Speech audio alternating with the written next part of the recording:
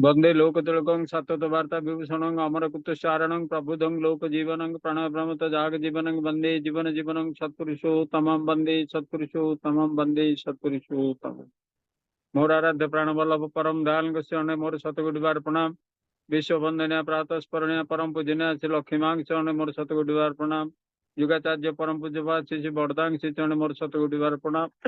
पूज्यपाद श्री श्री आचार्य देव श्री चरणे मोर शतकोटि बार प्रणाम। इष्ट परिवार प्रति प्रत्येक श्री चरणे मोर शतकोटि बार प्रणाम निवेदन करे।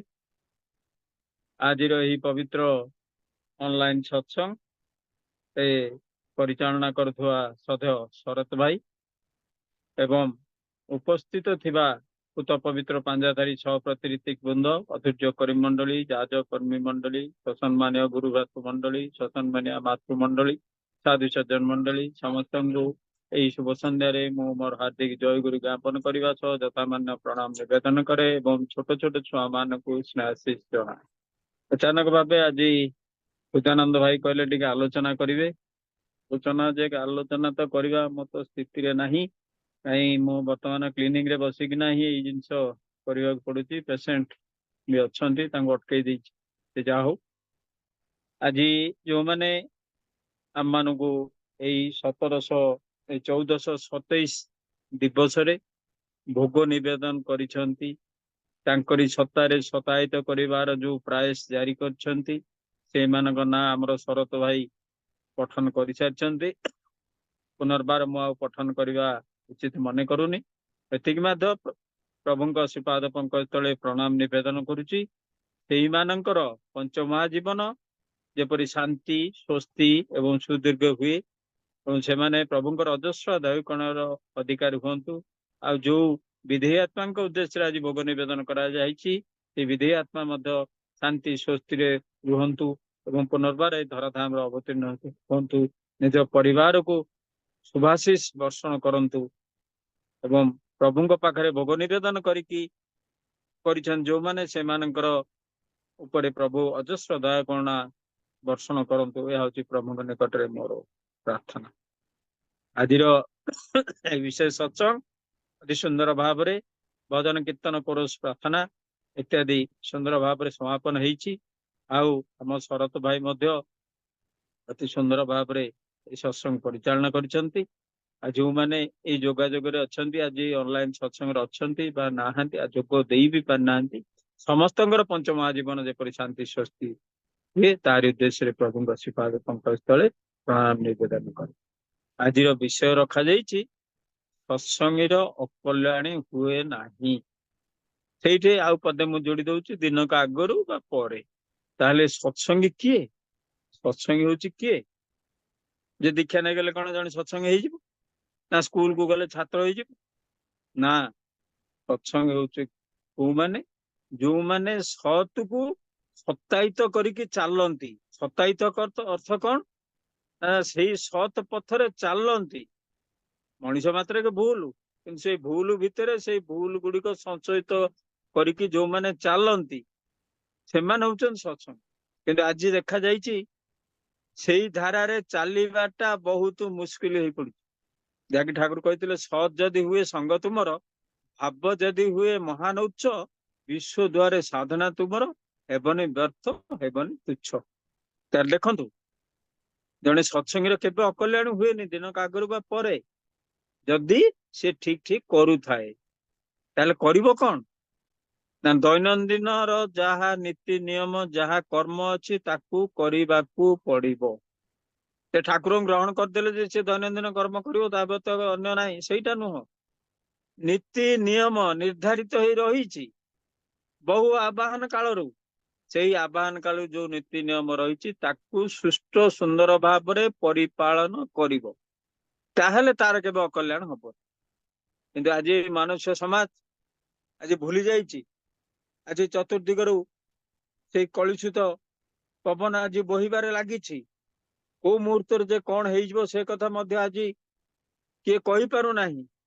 समस्त आज भीतग्रस्त होना रही भीतत्रस्तता को दूरीभूत करने से अभ्रांत निर्भुल पुरुष धराधाम अवतीर्ण होती। सी देइचंती अमोघ अस्त्र जो अमोघ अस्त्र को धरिकी जो माने चलती नॉन कंडीशनली माने कौन प्रकार शर्त न रखी किंतु आज देखो आम समस्त शर्त रखी ना काम कर बिना शर्त आम काम करू ना किए किंतु परम दयाल कहले कौन नॉन कंडीशनली जो माने तांको भल पाती सी तांकर अजस्र दयाकण अधिकारी हो पारती सब अवस्था भितर दे आम बुझा दरकार आमर थिबा नथिबा हजि जाइथिबा पाइथिबा सब अवस्था भितर दे जाके ठाकुर कहल जखन तुमर क्यों थिलो ना तखन थिलो आमे जखन तुमर क्यों थाकबा ना तखन थाकबे आमे जखन तुमार सब पिएछे दूर होइछे आमी तार चिंता करंतु आज आम पाखे सब जिनस भरपूर होगी रही किंतु गोटे जिनसर अभाव रही सेटा कौन ना शांति शांतिटा कोठू आसे भाई सत रु आसे शांति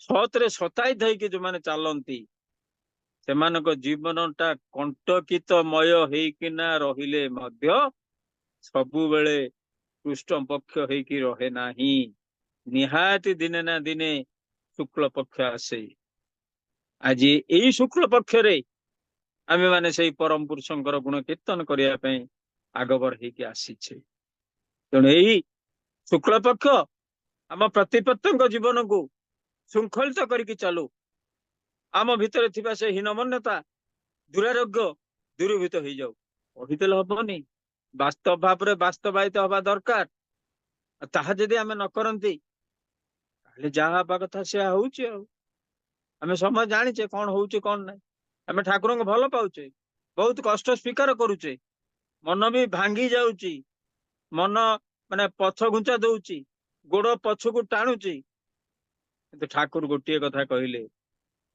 तू जदि जाउचु बाली चढ़ा भितर देख तू चलीचु तार्थ कष्ट भितर तू चलीचु टिके जदि पछकू चाहिदेबू तू चली पारिबू नहीं रे से बाली चढ़ा भितर गरम बाली भितर तू चल चल पार ही जा देख तो जीवनटा केते श्रृंखलित हो जाउछ विशृंखलित जीवनटा केते श्रृंखलित हो जाउछ तेणु अटल विश्वास और से निर्भर प्रतिश्रुति एकमात्र परम पुरुष से ठाकुर ही देइछंती आउ किए मध्य ही निर्भर प्रतिश्रुति ही ना से गीतारे 2500 बाणी दिया जाइछि किंतु परम दयाल परम पुरुष 25,000 रु अधिक बाणी देइछंते मनुष्य समाज पाई ते बंचिबा पाई बढ़िया पाई तेणु से दिन आह्वान देथिले स्वस्ति आवेग हुआ गुआन भय नहीं अरे भय नहीं इष्टार्थ प्राण जे करिछि दान क्षय नहीं तार क्षय नहीं तेणु इष्टों पाई आमे करिबाकू पड़िबो जहाँकि ठाकुर कहले इष्ट इष्ट स्वार्थ प्रतिष्ठा ही यही जीवनर कर्म और जजन जाजन इष्टभूति यही जीवन रो धर्म से जजन जाजन इष्टभूति जानिबा जणेबा करिबा पाइबा एति कथा विशेष किछि नाही भाई अति सहज सरल भाव में परम दयाल आम मान पाखे थोई देइछ अति सहज सरल भाव में मुझे 15-12 19 दीक्षा नेली दीक्षा कथा शुणिकी मुझे प्रथम टे भय पड़ जाइली किंतु परवर्ती अवस्था जिते ठाकुर सहित युक्तता होकिना रही पूज्यपाठ से बरदांग सहित संग लाभ कली से मो मनर थे आबिलता गुड़िक दूरीभूत हो गला जे प्रकृत रे आम विप्र संतान ही आर्य संतान ही आमर कर्तव्य कौन आमर कर्म कौन आज आम करुचे कौन से दिन ठार मो पछकू चाहिनी जीवन काल भितर बहुत झड़ झंझा भितर देकी मु चली वर्तमान मध्य से झड़ झंझा भितर देकी चली केवल एकमात्र आश्रय विश्वास और निर्भर परम पिता रही परम पिता सहित युक्तता होना चली चलिया भितर दे धीरे धीरे सर्व समस्या समाधान होगी चल जहाँकि ठाकुर बाणी देते सर्व समस्या समाधान जानी था इष्ट प्रतिष्ठान जिते बड़े ठाकुर कहले जिते बड़े तोर किसी अभाव असुविधा जहाँ पाचु दे दे जहाँ पाचु दे दे देख तो जीवनटा कि श्रृंखलित हो वास्तव भाव में जो मैंने दियंती से मैंने पाती ठाकुर जहाँ कही न दे जे पीते चाहे दुख तार पीछे दाए जी जिते दिए तार भंडार केबे खाली हुए नहीं आज्ञा आसी आम कौन लंगड़ा होते जीवा भी लंगड़ा किंतु आम जो कर्म गुड़ाक करवा भल कर्म कले भल फल पाइबा खराब कर्म कले खराब फल पाइबा आम ए तिले मात्र सन्देह ना ଯେତେବେଳେ ମାତୃ ଗର୍ଭରେ ରହିଥିଲେ ସେତେବେଳେ ଆମେ ପ୍ରାର୍ଥନା କରୁଥିଲେ, ପ୍ରଭୁ ଏଇଠୁ ବାହାର କରିଦିଅ, ସବୁବେଳେ ମୁଁ ତୁମର ଗୁଣ କୀର୍ତ୍ତନ କରିବି। ଯେତେବେଳେ ମାତୃ ଗର୍ଭରୁ ବାହାରକୁ ପଳେଇ ଆସିଲେ କୁଆଁ କୁଆଁ ରାବ ଦେଇକିରି କାନ୍ଦିଲେ। କଣ ପାଇଁ? ତାର ମନସ୍ତତ୍ତ୍ୱବିତ୍ ମାନେ ମଧ୍ୟ ଆଜି ପ୍ରମାଣିତ କରିଦେଲେଣି ଯେ ଯୋଉ ଚିନ୍ତାଧାରା ନେଇକି ସେ ରହିଥିଲା, ବାହାରକୁ ଆସିଲା ପରେ ଏଇ ଯୋଉ ଚାକଚକ୍ୟ ଆଭିଜାତ୍ୟକୁ ଦେଖିକି ସେ କାନ୍ଦିଛି। ପ୍ରଭୁ ମୁଁ ଆଉ ତୁମକୁ ସ୍ମରଣ କରିପାରିବିନି। ତେଣୁ ସେଇ ଜିନିଷଟାକୁ ଚେତେଇ ଦେବା ପାଇଁ ଯୋଉ ଶପଥ ଆମେ ନେଇଥିଲେ ମାତୃଗର୍ଭରେ ଥିଲା ବେଳେ, ସେଇ ଶପଥଟାକୁ ଚେତେଇ ଦେବା ପାଇଁ ପ୍ରତି ଯୁଗରେ ଯୁଗ ପୁରୁଷୋତ୍ତମ ଅଛନ୍ତି। ଆଉ ଏଇ କଳିର ଅନ୍ତିମ ସମୟରେ ପରମ ପ୍ରେମମୟ ଶ୍ରୀ ଠାକୁର ଆସିଛନ୍ତି ଚେତେଇ ଦେବା ପାଇଁ, ଖାଲି କହିବେ ଦେବା ପାଇଁ ନାହିଁ। ନିଜର ସାଂସାରିକ ଜୀବନ, ପାରିବାରିକ ଜୀବନ, ଇଷ୍ଟଚର୍ଯ୍ୟା ମୋ ଜୀବନ ଭିତରେ ଦେଇ ଗୋଟେ ଉପଯୁକ୍ତ ମଣିଷ କିପରି ହେଇପାରିବ, ଜଣେ ଉପଯୁକ୍ତ ପିତା କିପରି ହେଇପାରିବ, ଜଣେ ଉପଯୁକ୍ତ ସ୍ତ୍ରୀ କିପରି ହେଇପାରିବ, ପୁତ୍ର କିପରି ହେଇପାରିବ, କନ୍ୟା କିପରି ହେଇପାରିବ, ସେଇ ବିଷୟରେ ନିଜର ସାଂସାରିକ ଜୀବନ ଭିତରେ ସିଏ ଦେଖେଇ ଦେଇ ଯାଇଛନ୍ତି। ଏବଂ ବିଭିନ୍ନ ପୁସ୍ତକ ମାଧ୍ୟମରେ ମଧ୍ୟ ଲିପିବଦ୍ଧ କରିଦେଇକି ଯାଇଛନ୍ତି। ସେଇ ନାରୀର ନୀତି କଥା କୁହନ୍ତୁ, ସେଇ ନାରୀର ପଥା କଥା କୁହନ୍ତୁ, ସେଇ ସ୍ୱାସ୍ଥ୍ୟ ସଦାଚାର କଥା କୁହନ୍ତୁ, ସେଇ ଶାଶ୍ୱତୀ କଥା କୁହନ୍ତୁ, ପଥ କଉଡ଼ି କଥା କୁହନ୍ତୁ, ଯେତେ ବହି ଆମର ଅଛି ଠାକୁରଙ୍କ ଯାହା ଯୋଉ ବହି ସବୁ ସେ ଲିପିବଦ୍ଧ କରିଦେଇ ଯାଇଛନ୍ତି, ତାକୁ ଯଦି ଆମେ ପ୍ରତ୍ୟେକ ଦିନ ଟିକିଏ ଟିକିଏ, ବେଶୀ ମୁଁ କହୁନି, ଗୋଟିଏ ଧାଡି ଯଦି ଆମେ ପଢିବା, ତାକୁ ଯଦି ଆମ ଜୀବନ କାଳ ଭିତରେ ଲଗେଇବା, ତାହେଲେ ଆମେ ଜାଣିପାରିବା ଏ ଠାକୁର ଅନୁକୂଳ ଚନ୍ଦ୍ର କିଏ ଆଉ ଧର୍ମ କଣ, ଆସିବାର ଉଦ୍ଦେଶ୍ୟ କଣ। ସେଇଦିନ ଯୋଉଦିନ ସେଇ ଜିନିଷଟା ଆମେ ଅନୁଭବ କରିପାରିବା, ଜାଣିପାରିବା, ସେଇଦିନ ଆମର ଅକଲ୍ୟାଣ ହବ ନାହିଁ। ସେ ଜାଣିବା ଭିତରେ ଦେଇକି ଆମକୁ କରିବାକୁ ପଡିବ, ଆଉ ସେ କରିବା ଭିତରେ ଦେଇକି ଆମେ ପାଇବା। କରିବା ହିଁ ପାଇବାର ଜନନୀ। ଆମେ କିଛି କରିବାନି, ଖାଲି ପାଇବା ପାଇବା ପଛରେ ଗୋଡେଇଲେ କଣ ହବ? ଅଭାବନୀୟ ପରିସ୍ଥିତି ଗୁଡିକ ଆସିକି ଛିଡା ହବ। ଆଉ ଆମେ କରିବା ଭିତରେ ଯଦି କିଛି ପାଇଲେନି, ତାହେଲେ ବି ଚିନ୍ତା କରିବାର ନାହିଁ। କାରଣ ପୂର୍ବ ଜନ୍ମର କର୍ମଫଳ, ପ୍ରାରବ୍ଧ ଜନ୍ମର କର୍ମଫଳ ଆମର ଯାହା ଥିଲା, ଆମେ ଯେତେବେଳେ ପରମ ପୁରୁଷଙ୍କୁ ଗ୍ରହଣ କଲେ, ତା ପୂର୍ବରୁ ଆମେ ଯାହା ଭୁଲ ଭଟକା କରିଛେ, ପୂର୍ବ ଜନ୍ମରେ ଯାହା କିଛି ଭୁଲ ଭଟକା କରିଛେ, ତାକୁ ତ ଆମକୁ ପରିମାର୍ଜିତ କରିବାକୁ ପଡିବ, ତାକୁ ତ ଆମକୁ ଭୋଗ କରିବାକୁ ପଡିବ। କିନ୍ତୁ ପରମ ଦୟାଲ ପରମ ପୁରୁଷ କହିଥିଲେ ଯେ ସ୍ତ୍ରୀ ହତ୍ୟା, ବ୍ରହ୍ମ ହତ୍ୟା, ଗୋ ହତ୍ୟା, ଯେତେ ଯେତେ ମହାପାପ ଅଛି ତୁ କରିଥାନା କାହିଁକି, ସବୁ ଯାକ ମୋ ପାଖରେ ଆଣି ତୁ ଥୋଇଦେ, ଦେଖ ପରମ ପିତା କେଇସା ମା। ଆଜି ତାହା ହିଁ ବାସ୍ତବ ଭାବରେ ବାସ୍ତବାୟତ ହେଇକିନା ଚାଲିଛି। ତେଣୁ ଇଷ୍ଟଙ୍କ କଥାକୁ ଆମେ ପ୍ରତ୍ୟେକ ମାନିକି ଚାଲିବା ଦରକାର, କରିକି ଚାଲିବା ଦରକାର।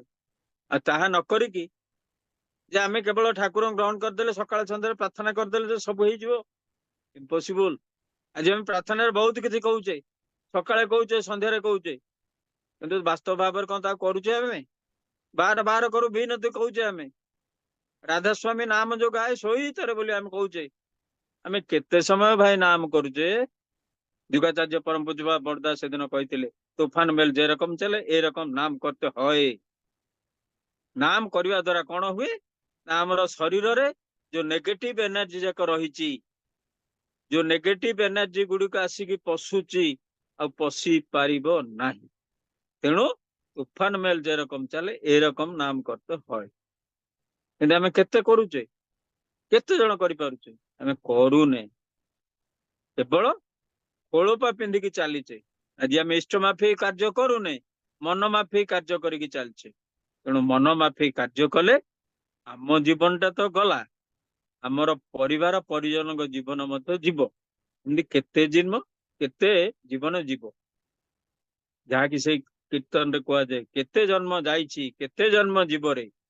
ତେଣୁ ଏଇ ଜନ୍ମରେ ଆମେ ଯେତେବେଳେ ଜୀବନ୍ତ ପୁରୁଷ, ସେଇ ଜୀବନ୍ତ ଜଗନ୍ନାଥଙ୍କୁ ଆମେ ଗ୍ରହଣ କରିଛେ ନିଜର ଆରାଧ୍ୟ ଶ୍ରେଷ୍ଠ ରୂପେ, ତାଙ୍କରି ପଦାଙ୍କ ଅନୁସରଣ କରିକି ଚାଲିବା।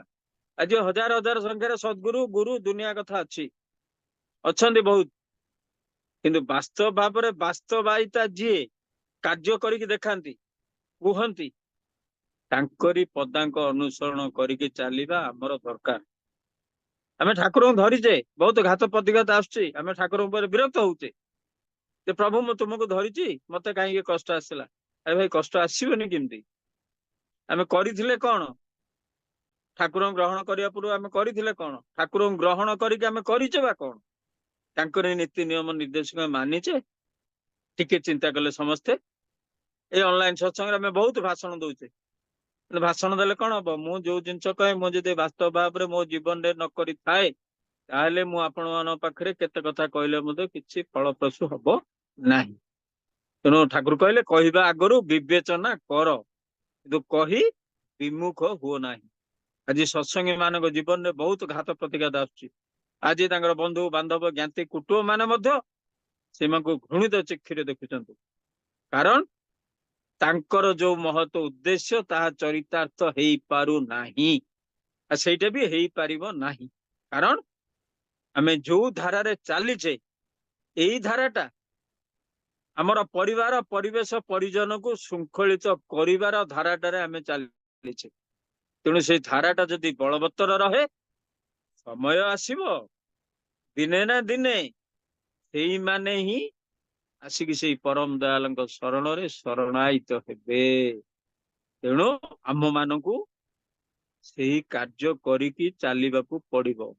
ଉଷା ନିଶାରେ ମନ୍ତ୍ର ସାଧନ କରିବାକୁ ପଡିବ। ଚଲା ବୁଲାରେ ଜପ କରିବାକୁ ପଡିବ। ଯଥା ସମୟରେ ଇଷ୍ଟ ନିର୍ଦ୍ଦେଶ ଆସୁଛି, ତାକୁ ଆମକୁ ପରିପାଳନ କରିବାକୁ ପଡିବ। ଆଜି ଇଷ୍ଟ ନିର୍ଦ୍ଦେଶ ଆସିଛି ଡିପିୱାର୍କ ଦୀକ୍ଷା ପତ୍ର କାର୍ଯ୍ୟକ୍ରମ, ଯାହାକି ରସୁଲ ମହମ୍ମଦ କହିଥିଲେ, ଯୀଶୁ ଖ୍ରୀଷ୍ଟ କହିଥିଲେ, ମୋର ହଜି ଯାଇଥିବା ମେଣ୍ଢା ଗୁଡିକୁ ଫେରେଇ ଆଣ। ଆଜି ଆଚାର୍ଯ୍ୟ ଚାହିଁଛନ୍ତି ସେଇ ହଜି ଯାଇଥିବା ଭୁଲି ଯାଇଥିବା ସମସ୍ତଙ୍କୁ ଟାଣି ଆଣୁ। ସେଇ ରେତ ଧାରା ଭିତରେ ଦେଇ, ଆଚାର୍ଯ୍ୟ ପରମ୍ପରା ଭିତରେ ଦେଇ ଶ୍ରୀ ଠାକୁର ଆଜି ଆହ୍ୱାନ ଦେଇଛନ୍ତି ଆମମାନଙ୍କୁ।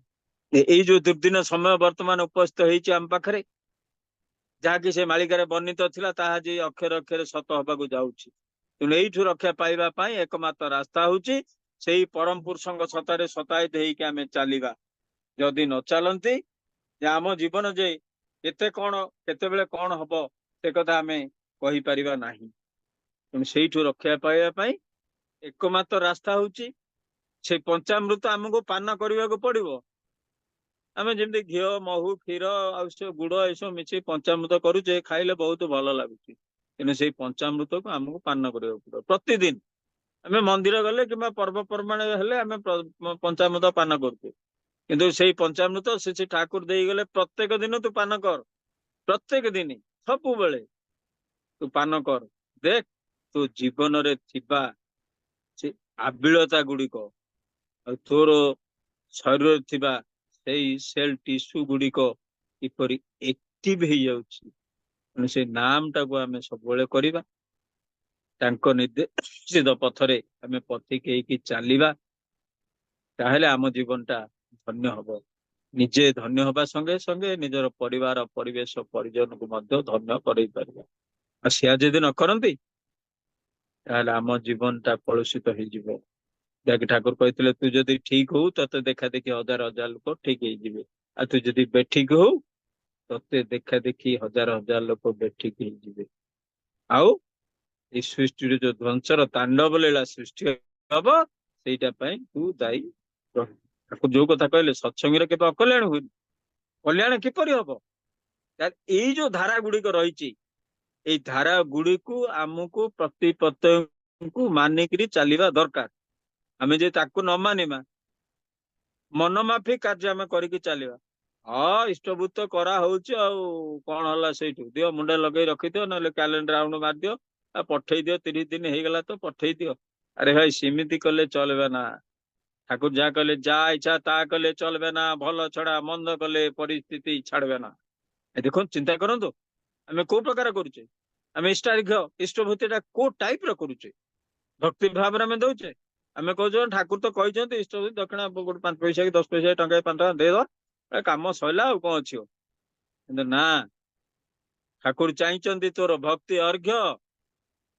ଏପରିକି ଠାକୁରଙ୍କୁ ପ୍ରଶ୍ନ କରାଯାଇଛି, ଯଦି କୌଣସି ବିଷୟ ଭିତରେ ଜଣେ ଜେଲ ଯାଏ, ତାହେଲେ ସେ କଣ କରିବ? ସେତିକି ବେଳେ ଠାକୁର ତତେ ଯୋଉ ଖାଇବା ପାଇଁ ଯୋଉ ଦେବେ, ସେଇଟାକୁ ତୁ ଇଷ୍ଟାର୍ଘ୍ୟ ଭାବରେ ଦବୁ। ଯଦି ନ ଦିଅନ୍ତି, ପ୍ରଭୁଙ୍କ ଦୟାରୁ ଯୋଉ ପବନ ଆଞ୍ଜୁଳା ଅଛି ତାକୁ ମଧ୍ୟ ତୁ ଦେଇଦେ। ଦେଖ ତୋ ଜୀବନଟା କିପରି ଶୃଙ୍ଖଳିତ ହେଇଯାଉଛି। ସେଇ ଜିନିଷ ଆମକୁ କରିବାକୁ ପଡିବ। ସେଇ ଭକ୍ତି ଭାବଟା ଆମର ଜାଗ୍ରତ କରିବାକୁ ପଡିବ। ତେଣୁ ସେଇ ଭକ୍ତି ଭାବ ଜାଗ୍ରତ କରିବାକୁ ହେଲେ ଆମର ଖାଦ୍ୟ ପଦାର୍ଥ ଗୁଡିକ ସନ୍ତୁଳିତ ହବା ଦରକାର। ଆଉ ସେ ଖାଦ୍ୟ ପଦାର୍ଥ ସନ୍ତୁଳିତ କିପରି ହବ ନା ଆମର ମନ ଯଦି ଠିକ ହୁଏ ତାହେଲେ ଖାଦ୍ୟ ପଦାର୍ଥ ଗୁଡିକ ସନ୍ତୁଳିତ ହବ। ତେଣୁ ମନ କିପରି ଠିକ ହବ ନା ମନ୍ତ୍ର ନେଇକିନା ମନ ଠିକ କରିବାକୁ ପଡିବ। ମନ୍ତ୍ର ଅର୍ଥ କଣ? ମନନ୍ତ୍ରାୟତେ ଇତି ମନ୍ତ୍ର। ଯୋଉ ମନ୍ତ୍ର ମନନ କରିବା ଦ୍ଵାରା ମନଟା ତିଆରି ହୁଏ, ଶୁଦ୍ଧ ହୁଏ, ଶୁଦ୍ଧ ଚିନ୍ତାଧାରା ଆସେ, ସେଇ ମନ୍ତ୍ର ଆମକୁ ଗ୍ରହଣ କରିବାକୁ ପଡିବ। ଆଉ ସେଇ ମନ୍ତ୍ରକୁ ମନନ କରିକି ଆମେ ଚାଲିଲେ ଯେତେ ପ୍ରକାର ବାଧା ବିପତ୍ତି ଯାହା ଆସିଲେ ମଧ୍ୟ କିଛି କରିପାରିବ ନାହିଁ। ତେଣୁ ଠାକୁର କହିଲେ ଜଣେ ସତ୍ସଙ୍ଗୀର କେବେ ଅକଲ୍ୟାଣ ହୁଏନି ଦିନକ ଆଗରୁ ବା ପରେ, ଯଦି ସେ ଠିକ ଠିକ କରୁଥାଏ। କିନ୍ତୁ ଏଇ ହେଲା କଥା, ଆମମାନେ ପ୍ରତିପତ୍ତି କରିବା ଆଉ ପାଇବା। ଠାକୁରଙ୍କ ଯୋଉ ପଞ୍ଚବିଧାନ ତାକୁ ଆମେ ପ୍ରତି ପ୍ରତ୍ୟେକ ମାନିକି ଚାଲିବା। ସେଇ ଭିତରେ ଆହୁରି କାଣ୍ଟ ଛାଣ୍ଟ କରିକି ଠାକୁର କହିଦେଲେ ଯଜନ ଯାଜନ ଇଷ୍ଟଭୂତି ଆରେ କରିଲେ କାଟେ ମହାଭୀତି। ଭୀତି ଅର୍ଥ କଣ? ଭୟ। ଭୟ ଅର୍ଥ କଣ? ରୋଗ ବ୍ୟାଧି ଏସବୁ ଜିନିଷ ଗୁଡାକ, ଏସବୁ ଦୂରୀଭୂତ ହେଇଯିବ। ସେଇ ଯଜନ ଯାଜନ ଇଷ୍ଟଭୂତି ଆମେ କରିବା ଦରକାର। ଆଉ ପ୍ରାର୍ଥନାରେ ଆମେ କହୁଛେ ସବୁ, କିନ୍ତୁ ଚିନ୍ତା କରିଛେ କି? ଓଡିଆର ଶବ୍ଦ ଓଡିଆରେ ଆମେ ଗୋଟେ ପଢିଛେ କି? କିଛି ଉପାସନା ବହିରେ ଆମେ ଯୋଉ ପ୍ରାର୍ଥନାଟା କରୁଛେ ସେଟା ପଢିଛେ କି? ଆମେ ପଢୁନେ। ଯୋଉ ଦୀକ୍ଷା ସମୟରେ ଯୋଉ ସ୍ୱତ ଅନୁଜ୍ଞାନ ଦିଆଯାଇଥିଲା ତାକୁ ଆମେ ପଢୁଛେ କି? ତାକୁ ବି ଆମେ ପଢୁନେ। ଦୀକ୍ଷା ଦେଲା ବେଳେ ରୀତିକ ଦାଦା ଦେଇଦେଲେ ସ୍ୱତ ଅନୁଜ୍ଞା ପତ୍ରଟା, ମାନେ ଘରେ ନେଇକି ସାଇତିକି ରଖିଦେଲେ। ଆମେ ପଢିଲେ କି? ଆମେ ପଢି ପାରିଲେନି। କିନ୍ତୁ ଆମକୁ ପ୍ରତ୍ୟେକ ଦିନ ସେଇ ଜିନିଷଟା ପଢିବାକୁ ପଡିବ ଅନ୍ତତଃ ପକ୍ଷେ, ନହେଲେ ସପ୍ତାହକୁ ଥରେ ହଉ ମାସକୁ ଥରେ ଅନ୍ତତଃ ପଢିବା ଦରକାର। ଆଉ ଠାକୁରଙ୍କ ଯୋଉ ସ୍ୱସ୍ଥ ଲିଖିତ ଯୋଉ ସତ୍ୟାନୁସରଣ ଅଛି ତାକୁ ଆମେ ପଢିବା ଦରକାର। ମା ମାନେ ସେଇ ଯୋଉ ନାରୀର ନୀତି, ଠାକୁରଙ୍କ ଶ୍ରୀମୁଖ ନିଃସୃତ ସେଇ ଯୋଉ ନାରୀ ନୀତି ତାକୁ ଆମକୁ ପଢିବା ଦରକାର। ଏଇ ଯୋଉ କରୋନା ମହାମାରୀ ଆସିଥିଲା ତାପରେ ଆମେ ସେଇ ସ୍ୱାସ୍ଥ୍ୟ ସଦାଚାର କଥା ଆମେ ମନେ ପଡିଲା, ଆମେ ତାକୁ ଟିକେ ଟିକେ ପଢିଲେ। ପ୍ରତ୍ୟେକ ଦିନ ସମସ୍ତେ ପଢୁଛେ, କିନ୍ତୁ ଆଗରୁ କଣ ଆମେ ପଢୁଥିଲେ? ଆମେ ପଢୁନଥିଲୁ। ତେଣୁ ମୁଁ କରୋନା ନାଁ ଦେଇଥିଲି, କଥା ରଖିଲ ନାହିଁ। ଠାକୁର କଣ କହିଥିଲେ ଯେ ତମେ ଏଇ ବହି ଯାକ ପଢନି, ଏଇ ଜିନିଷଟା ଇଏ କରନି? କହିଥିଲେ? ଠାକୁର କହିଥିଲେ ସବୁ ଜିନିଷ ପଢ, ତୁ ଜାଣ। ସେଇଟା ହେଲା ଯଜନ। ସେଇ ଜାଣିବା ଭିତରୁ ଯାହା କିଛି ତୁ ଜାଣିଲେ ଏଇଟା ହଉଛି ମୋର ଜୀବନର ମଙ୍ଗଳପ୍ରଦ, ସେଇ ଜିନିଷଟା ଅନ୍ୟ ପାଖରେ ଉପସ୍ଥାପନ କରିକି ସେମାନଙ୍କୁ ସେଇ ମଙ୍ଗଳଗାମୀ କରା, ସେଇଟା ହେଲା ଯାଜନ। ସେଇ ଯଜନ ଯାଜନ ଇଷ୍ଟଭୂତି ଆପଣ ମାନେ ସମସ୍ତେ ଜାଣିଛନ୍ତି, ମୁଁ ଆଉ ବିଶେଷ କହୁନି। ଇଷ୍ଟଭୂତି ତାକୁ ଆମେ ଯୋଉ ଭାବ ନେଇକିନା ଆପଣ ନିବେଦନ କରିବେ ରେଜଲ୍ଟ ସେଇ ଅନୁସାରେ ପାଇବେ। ଯୋଉ ଭାବ ନେଇକିନା ଆପଣ କରିବେ ସେଇ ଭାବ ଅନୁସାରେ ଆପଣ ରେଜଲ୍ଟ ପାଇବେ। ମୁଁ ଆଉ କିଛି ବିଷୟ ତା ଉପରେ କହୁନି। ତେଣୁ ଯଜନ ଯାଜନ ଇଷ୍ଟଭୂତି କରିଲେ କାଟେ ମହା ଭୀତି। ଆଉ ସେଇ କରିବା ଭିତର ଦେଇ ଯଦି ଆମେ ଠିକ ଠିକ କରନ୍ତି ତାହେଲେ ଜଣେ ସତ୍ସଙ୍ଗୀର କେବେ ଅକଲ୍ୟାଣ ହବ ନାହିଁ। କେବଳ ଯେ ଶରୀରକୁ ଧୂପ ଧାଉଳିଆ କରି କିମ୍ବା ଗେରୁଆ ସାଜି ଜଟା ଜୁଟ ଛାଡି ଅରୁଆ ଖାଇ ଜଙ୍ଗଲରେ ଧ୍ୟାନ ମଗ୍ନ ହେଇଗଲେ ଯେ ଧର୍ମ ହେଇଯିବ ତାହା ନୁହଁ। ଧର୍ମର ଅର୍ଥ ହେଲା ବଞ୍ଚିବା, ବଢିବା, ନିଜେ ବଞ୍ଚିବା, ଅନ୍ୟକୁ ବଞ୍ଚାଇବା। ଏଇଟା ହେଲା ଧର୍ମ, ଆଉ କିଛି ନାହିଁ। ଆଉ 12 ମାସ 13 ବ୍ରତ ଉପବାସ କରିଗଲେ ଧର୍ମ ହୁଏନି। ଆମେ ମନ୍ଦିର ଯାଉଛେ, କାହା ସହିତ ଯଦି ପୂର୍ବରୁ ଝଗଡା ହେଇଥାଏ ମନ୍ଦିର ବେଢା ଭିତରେ ଦେଖିଦେଲେ ଆମେ କହୁଛେ ନା ମନ୍ଦିରଟା ତତେ ଛାଡିଦେଲି, ମନ୍ଦିର ବାହାରକୁ ଗଲି, ତୋର ମୋର କଥା ହଉଥା। ଆଜ୍ଞା ଧର୍ମଟା ରହିଲା କୋଉଠି? ଧର୍ମଟି ସେଇଠି ସହିଲା ନାଇଁ ଧର୍ମ ଆଉ। ତେଣୁ ଏଇ ପ୍ରକାର ଚିନ୍ତାଧାରା ନ ରଖି ସବୁବେଳେ ସାତ୍ବିକ ଚିନ୍ତାଧାରା ଭିତର ଦେଇକି ଆମେ ଚାଲିବା ଦରକାର। ସେଇ ସାତ୍ବିକ ଚିନ୍ତାଧାରା କିପରି ଆସେ ନା ସାତ୍ବିକ ଭୋଜନ ଦ୍ଵାରା ସାତ୍ବିକ ଚିନ୍ତାଧାରା ଆସେ। ଏହା ଯଦି ଆମେ ନ କରନ୍ତି ଆଗାମୀ ଦିନରେ ଯାହା ହବ ସେଇଟା ପାଇଁ ଆମେ ଦାୟୀ ରହିବା। ଆଉ କଣ କରିବା? ଆଉ ଆମେ କେତେ ଠାକୁରଙ୍କ ପାଖରେ କହୁଛେ ମୁଁ ଏୟା କରିବି, ସେୟା କରିବି, ସେୟା କରିବି, କିନ୍ତୁ କରୁଛେ କଣ? କିଛି ନାହିଁ।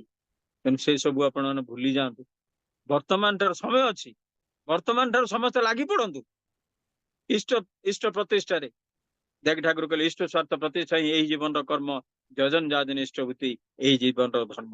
ସମୟ ଅତିକ୍ରାନ୍ତ ହବାକୁ ଗଲାଣି, ତେଣୁ ମୋର ବକ୍ତବ୍ୟ ମୁଁ ଆଉ ବଢୁନି। କହିବା ଭିତରେ ବହୁତ ଭୁଲ କିଛି ଥାଇପାରେ। ଆଉ ବହୁ ଜ୍ଞାନୀ ଗୁଣୀ ବ୍ୟକ୍ତିତ୍ୱ ମାନେ ଅଛନ୍ତି, ପାରିଶ୍ୱର ଦା ବି ଅଛନ୍ତି ଏଠି ଲିଙ୍କରେ। ଯଦି କହିବା ଭିତରେ ମୋର କିଛି ଭୁଲ ଭଟକା ରହିଥାଏ ସହିତ କରିନେବେ। ଆଉ ସମସ୍ତେ ଲାଗିବେ, ଆଉ ସମସ୍ତେ କରିବେ। ସେ କରିବା ଭିତରେ ଦେଇ ପଞ୍ଚାମୃତଟି ପାଇବେ, ପଞ୍ଚାମୃତ ପାନ କରିବେ, ନିଜେ ପାନ କରିବେ, ଅନ୍ୟମାନଙ୍କୁ ମଧ୍ୟ ପାନ କରିବାକୁ ଦେବେ। ଏତିକି କହି ସମସ୍ତଙ୍କର ପଞ୍ଚ ମହାଜୀବନ ଶାନ୍ତି ସ୍ୱସ୍ତି ସୁଦୀର୍ଘ ଉଦ୍ଦେଶ୍ୟରେ ପ୍ରଣାମ ଜଣାଏ। ଆଉ ଏହି ଭକ୍ତି ତରଙ୍ଗର ଧାରାକୁ ଯୋଉ ଧାରାୟିତ କରିକି ଚାଲିଛନ୍ତି ଆମର ହୃଦୟାନନ୍ଦ ଭାଇ, ପ୍ରଭୁ ତାଙ୍କୁ ସହାୟ ହୁଅନ୍ତୁ, ସେ ଆହୁରି ଆହୁରି ଉଚ୍ଚ ସ୍ତରକୁ ଏଇ ଧାରାକୁ ଧାରାୟିତ କରି ଚାଲନ୍ତୁ ଏବଂ ପ୍ରଭୁଙ୍କ ଅଜସ୍ର ଦୟାକରୁଣାର ଅଧିକାରୀ ହୁଅନ୍ତୁ। ସମସ୍ତେ ଶାନ୍ତିରେ ରୁହନ୍ତୁ, ସ୍ୱସ୍ତିରେ ରୁହନ୍ତୁ, ସମସ୍ତଙ୍କୁ ଭଲ ପାଆନ୍ତୁ ଆଉ ସମସ୍ତଙ୍କୁ ଗୋଟିଏ ସୂତ୍ରରେ ବାନ୍ଧି ରଖନ୍ତୁ। ଆଉ ସେଇ ରଖିବା ଭିତରେ ଦେଇକି ଶେଷରେ ଆମେ ସମସ୍ତେ ପ୍ରତ୍ୟେକ ମିଳି ମିଶି ଗୋଟିଏ ସୁରରେ ଗାଇ ଉଠିବା, all India is mine, all world is mine, all are my brothers, all are my sisters, ବନ୍ଦେ ପୁରୁଷୋତ୍ତମମ୍, ବନ୍ଦେ ପୁରୁଷୋତ୍ତମମ୍, ବନ୍ଦେ ପୁରୁଷୋତ୍ତମମ୍। ଜୟ ଗୁରୁ।